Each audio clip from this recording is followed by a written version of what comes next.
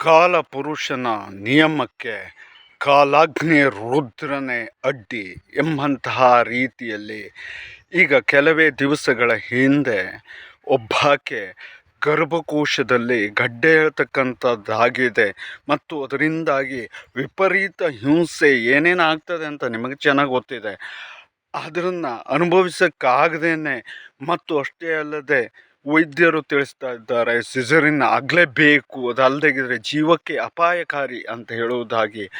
ಆದರೆ ಅದನ್ನು ಕೂಡ ಮರೆತು ಕಾಲಾಗ್ನಿ ರುದ್ರನ ಒಂದು ಅನುಗ್ರಹವನ್ನು ತೆಗೆದುಕೊಳ್ಳಿಕ್ಕೋಸ್ಕರವಾಗಿ ನಮ್ಮಲ್ಲಿಗೆ ಬಂದು ಆಕೆ ಅನುಗ್ರಹವನ್ನು ತೆಗೆದುಕೊಂಡು ತದನಂತರದಲ್ಲಿ ಸಂಪೂರ್ಣವಾಗಿ ಆ ಗಡ್ಡೆಯಿಂದ ವಾಸಿಯಾಗಿ ಈಗ ಆಕೆಯು ತುಂಬ ಚೆನ್ನಾಗಿ ಆಗಿದ್ದೇನೆ ಮತ್ತು ಅಷ್ಟೇ ಅಲ್ಲದೆ ಅದರಿಂದ ಆಗ್ತಕ್ಕಂತಹ ಏನೊಂದು ಹಿಂಸೆ ಇದೆ ಅದೆಲ್ಲವೂ ಕೂಡ ನೀರಾಗಿ ಹೋಗಿದೆ ಮತ್ತು ಕೆಲಸವನ್ನು ತಾನು ಮಾಡಿಕೊಂಡು ಇದ್ದೇನೆ ಎನ್ನುವುದಾಗಿ ತಿಳಿಸ್ತಾರೆ.